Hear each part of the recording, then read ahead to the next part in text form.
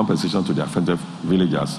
This strategically located international airport will be used for passenger and cargo transportation, serving as an alternative to the Murtala Mohammed International Airport in Lagos. The airport will strengthen our state position as an intermodal logistics hub for West African sub-region, promoting commercial activities around the state. It will support our aspiration to be an exporter of high-value agricultural produce, enhance the tourist potential, and allow us to offer greater flexibility to private investors across Nigeria and beyond. If we have the time before we go, I think we should be creating some time so that we can take you around to see what we are doing. You'll be happy with what we are doing in the area of our airport. We are Ogun State. We are not just building any airport. And I'm sure you'll be proud when you see the kind of airport that we are building. So we will invite you, because I think maybe February, March, it should be ready. And Mr. President will fly here, and we want all of you to come and have a taste of what Ogun State is. We are also aware that the need for power will only increase as our economy develops. The increase in public facilities across our dear states has necessitated exploring an alternative source of power supply, in addition to what is available from the national grid. Recently, we entered into partnership with a private firm to develop our independent power plant at Onijongojongo and Abeokuta. This 12-megawatt power plant has been completed and is ready for commissioning. We have also signed MOUs with 8 private power providers for the establishment of a total of 314 megawatts of independent power projects in different parts of our dear states. These new power plants will come online this year to further boost energy supply across our dear states. Central to what we have been able to achieve in almost 7 years of our administration is the improvement and maintenance of an enabling and secure environment for business to thrive. No investment can flourish in an unsecure environment. Thus, at the beginning of this administration, we made significant investments in our security infrastructure and architecture, and bring strong collaborations with security services so as to guarantee the security of lives and property. This guarantees companies 24 hours production time, as their workers can work multiple shifts, close and come work under a secure environment. And I'm sure many of the industrial giants, they are all here. I'm seeing them, they are looking at me. And even when you are coming, you will see. I think Interfact is doing something, former SAB Miller and this American outfit. Every day they work 24 hours.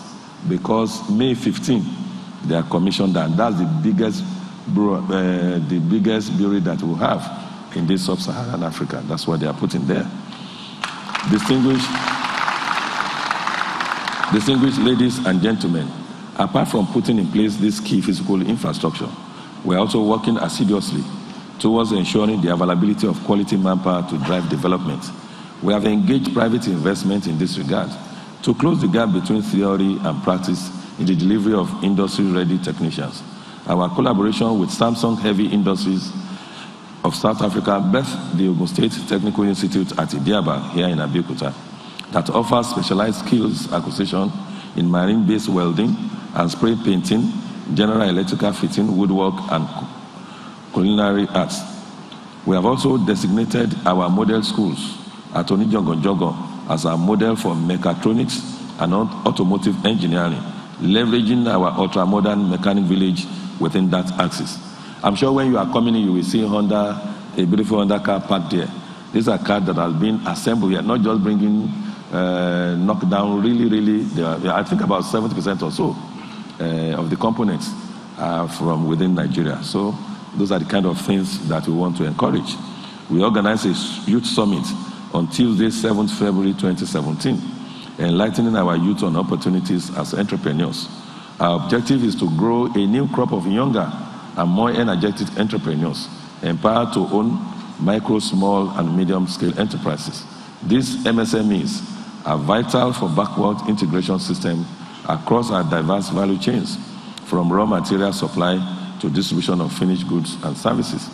I'm also happy to report that our investors should be rest assured that we can provide the necessary information and communication technology to drive their organizations Ogun State is blessed with ICT savvy talent, and this was aptly demonstrated at our 2018 Tech Ogun Summit that held on Thursday, 18 January 2018. Our professionals showed tremendous potential and insight in disruptive innovation, which are capable of revolutionizing ICT and its uses for socio-economic development. We also partnered with the private sector to drive our innovation capabilities through a three-pronged agenda. The establishment of a state research council to articulate clearly our strategic thrust and define the roadmap. Establishment of an ICT hub leveraging on our tertiary institutions. Creation of an incubation center focused on technology solutions to support our MSMEs. In support of all these initiatives, I've committed to an investment of $1 million to kickstart the realization of our goals. Preparatory to all this, we have signed an agreement with a wholesale high-end technology service provider for the provision of high-speed internet services in our dear state. Under this agreement, fiber optic cables will be laid to provide internet services to enhance speed and connectivity. Almost like an endorsement of our strides in technology, the Nigerian University Commission gave recognition to our request to convert Moshood Abiola Polytechnic to Moshood Abiola University of Science and Technology, MAUSTEC, while a new polytechnic named Ogun State Polytechnic has been simultaneously established in Ipokia and has received accreditation by the National Board of Technical Education. These institutions have been conceived to blaze the trail for never-before-offered science and technology programs, including but not limited to artificial intelligence and digital sciences. We are therefore expecting that our investors will take advantage of our pool of suitably qualified and tech-savvy manpower equipped with industry-based knowledge. In the past 7 years, we have been able to attract a total of 148 new industries who have individually invested between a minimum of $200 million and some in excess of $2 billion. When you look at those that have invested between $50 million and maybe under $200 million, those ones are about 156. So if you add both, a total of 304 companies have actually birthed within the corridors of Ogun State.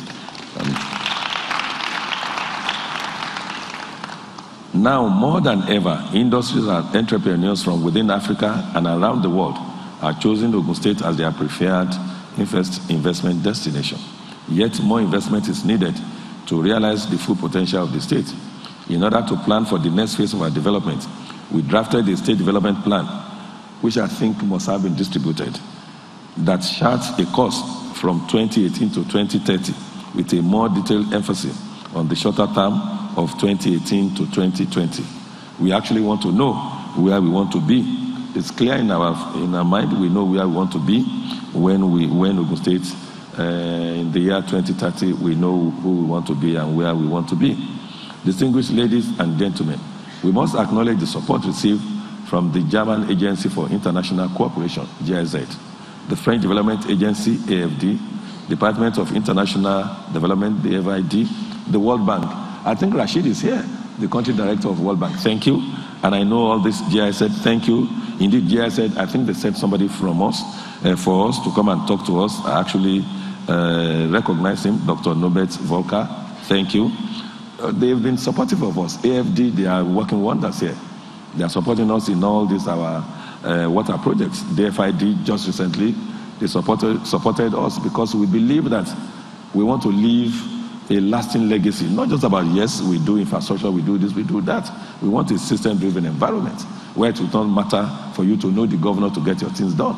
You don't need to know anybody, your job must be done. A system